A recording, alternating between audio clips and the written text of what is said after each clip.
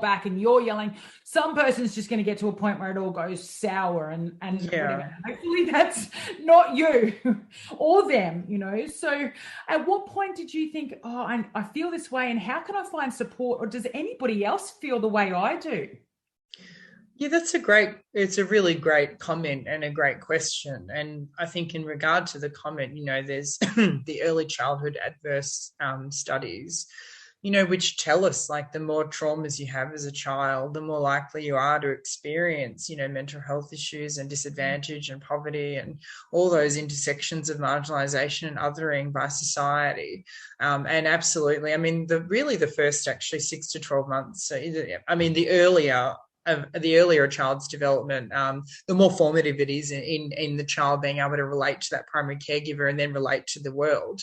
So that really the first 3, 6, 12 months of a child's life are actually extremely important. Even in the womb, you're developing a relationship with your infant and child.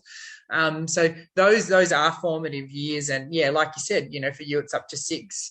I would some not disagree, but I'd say that there is capacity to also change attachment style over time.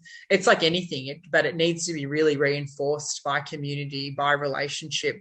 And that takes a lot of work when your early attachment has been, you know, disorganized or complicated by, you know, caregivers that have abandoned you or rejected you or have been, you know, self-serving because they've had to survive themselves and haven't had capacity to be there for you.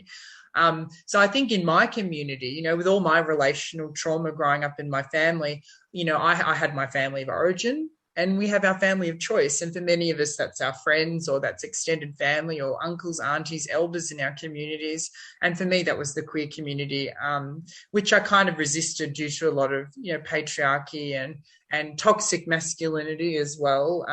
So I found the MAD community, you know, nationally and also internationally, of folk, you know, who had a social justice and intersectional focus on, you know, supporting us and resisting all the oppression that we experience, you know, as a result of structures and systems in society that are really violent. So I found community, and that's why I'm very passionate as a MAD activist and anti-sanist campaigner in the international space, because it gave me a family, it gave me a community that I never had. Yeah. Does MAD stand for any acronym, or is it just MAD? Yeah, it's the reclamation of the term "mad" that was used, you know, pejoratively or derogatorily by, you know, institutional care, similar to queer. You know, queer's been reclaimed by the community as a word that was used to denigrate. So, as mad folk, we use the term to subvert medical discourse or psychiatric discourse because